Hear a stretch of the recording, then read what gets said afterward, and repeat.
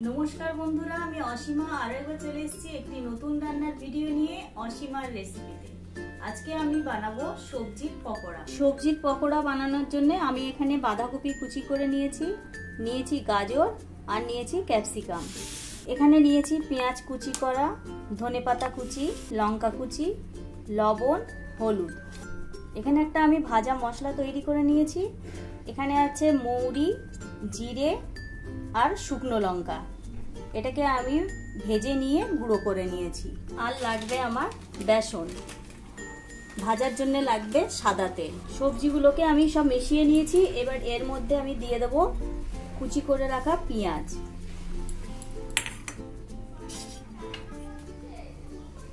দিয়ে এতে আমি দেব টেস্ট অনুযায়ী লবণ, দিয়ে এটাকে ভালো করে মিশিয়ে নেব।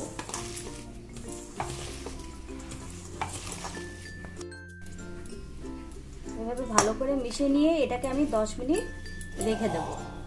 10 মিনিটের জন্য এটাতে আমি লবণ মাখিয়ে রেখে দিয়েছিলাম। এর থেকে জল, এটা নরম হয়ে গেছে আর এর থেকে জল ছেড়ে দিয়েছে। এটাকে আমি এবারে যে জলটা আছে সেটাকে আমি ফেলে দেব।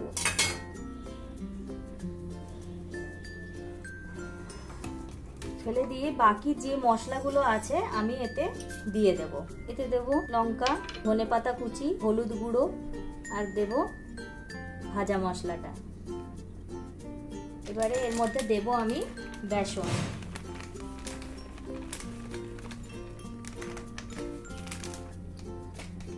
দিয়ে এটাকে আমি ভালো করে মাখিয়ে নেব।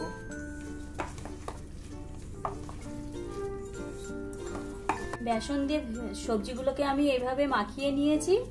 এবার এটাকে আমি ভেজে নেব। কড়াটাকে আমি ভালো করে গরম করে নিয়েছি। এবারে পকোড়াগুলো বানানোর জন্য পরিমাণ মতো সাদা তেল আমি এতে দিয়ে দিচ্ছি।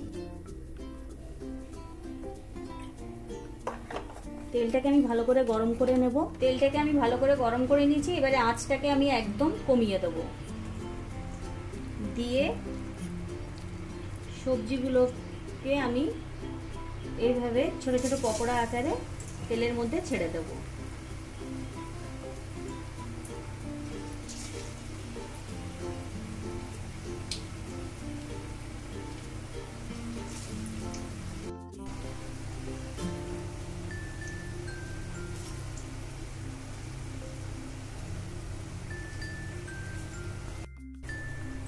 পকোড়াগুলো কড়াতে দিয়ে আমি এবার তেলটাকে চারিদিকে ছড়িয়ে দেবো এইভাবে। এবার অল্প আঁচে এটাকে আমি ভাজবো। পকোড়াগুলো কিছুক্ষণ ধরে এক সাইড আমি ভেজে নিয়েছি। এবার এগুলোকে সব আমি উল্টে দেব। এইভাবে প্রত্যেকটা পকোড়াগুলোকে আমি উল্টে দেব।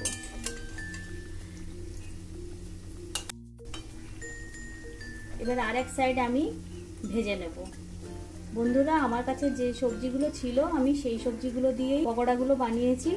আপনাদের কাছে যদি অন্য সবজি থাকে আপনারা সেগুলো দিয়েও বানাতে পারেন। পকোড়াগুলোকে আমি গোল্ডেন কালার করে ভেজে নিয়েছি। পকোড়াগুলোকে সব নামিয়ে নেব একটা প্লেটে।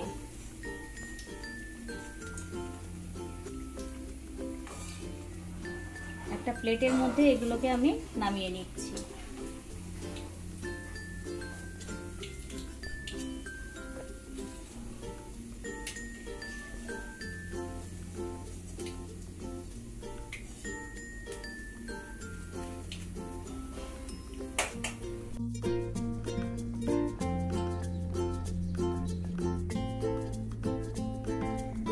বন্ধুরা, ভেজ পকোড়াটি আপনাদের কেমন লাগলো আপনারা কমেন্ট করে জানাবেন।